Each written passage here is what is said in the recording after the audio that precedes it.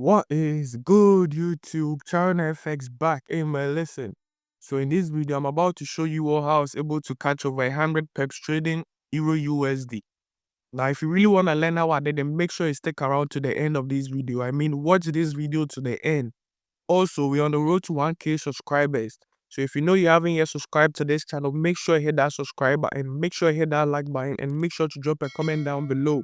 If you're also interested in catching moves like this on your own, just DM me on Instagram to get yourself enrolled in my one-on-one mentorship. So with that being said, let's just get to business. Alright, so now starting from our 4H time frame, what's the first thing we need to do? The first thing we need to do is to identify the trend of the market. Now, number two, the second thing we need to do is to identify our market structures. So now let's get into the chart and let's identify our market structures together. So from here, what the price do here, price created what a lower high, came back down to create what a lower low, came back here to create what a higher low. Why is this a higher low? Because this higher low led to the formation of a new higher high. You get me? And why is this even a higher high? Because this higher high broke above its previous lower high. So now this becomes our new higher high. Alright, so at this point, price is forming what bullish market structures. So after this higher high was created, what the price do next? It came back down to create what a higher low. After this higher low was created, what the price do again? It went back up to create what a new higher high. After this higher high was created, what the price do next? It went back down to create what a new lower low. So at this point, there's a shift in market structures from bullish market structures to what bearish market structures. Alright. So after price created this lower low, what were we expecting price to do next? We were expecting price to create what a new lower high. Why is this a lower high? Because this high is lower than that of what its previous or higher high. So now this becomes our new lower high. After this lower high was created, what the price do next? The price went back down to create what a new lower low. After a new lower low was created, what the price do next? It went back up to create what a new lower high. After a new lower high, what the price do next? Price came back down to create what a new lower low, went back up to create what a new lower high, came back down to create what a new lower low. So what are we expecting price to do from here? We're expecting price to come back up to create what a new lower high, then continue, creating lower lows, lower highs, lower lows, so on and so forth.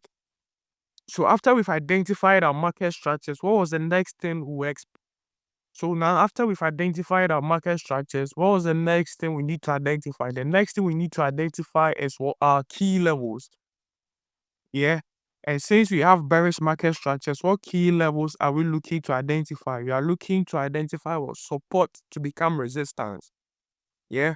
So at this point, our lower low over here becomes for our support. So after we've identified our support, we expect price to come back and retest our support as what? A resistance, so we can continue back down. Okay, good. Since we identified our support to become resistance, what was the next thing that I did? The next thing that I did was to go down to my H1 time frame to look for my entries. Alright, so now let's go down to our H1 time frame to look for our entries. Alright, so now coming down to our H1 time frame, yeah. What did we see on the H1 time frame? So we realized that price came up to retest what? Our key level, which is this support as a resistance. Yeah. If you are to look very closely at the structures that led to the retest, you realize that price was forming what a chart pattern at the same time. Alright. So all what we did was to take our trend line and connect the structures. We also connected the structures at the top.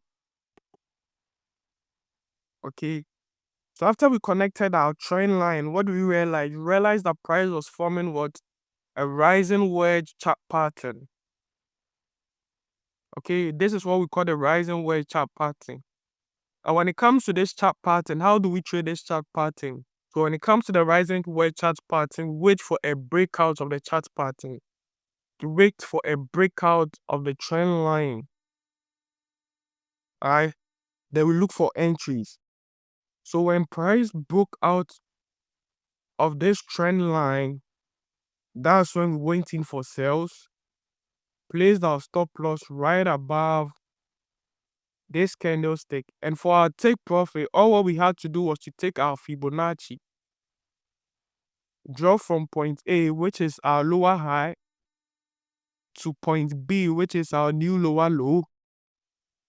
I realized that our retracement was also in confluence with our Fibonacci 61.8% level, which is, considered as our golden zone. Okay, so now after we, used our Fibonacci, we got from point A to point B. We placed our take profit at our Fibonacci negative 27% extension level, which is this red line over here. Alright, so that's where we placed our take profit, which gives us a risk to reward of what? 1:4. We risking 24 pips to make what? 100 pips. You get my point? As simple as that. So in case you didn't understand anything I did, make sure you go back and rewatch the video over and over again to understand what I did. Alright, it's very simple. Like I said earlier on, if you want to be able to catch these moves on your own, just DM me on Instagram to get yourself enrolled in my one-on-one mentorship. If you also haven't yet subscribed to this channel, make sure you subscribe to this channel. Make sure you like this video and make sure you drop a comment down below. In case you have any questions, just DM me on Instagram to ask your questions or drop a comment down below with your questions. So with that being said, I'll see you in the next video. Ciao and FX. Peace. I'm out.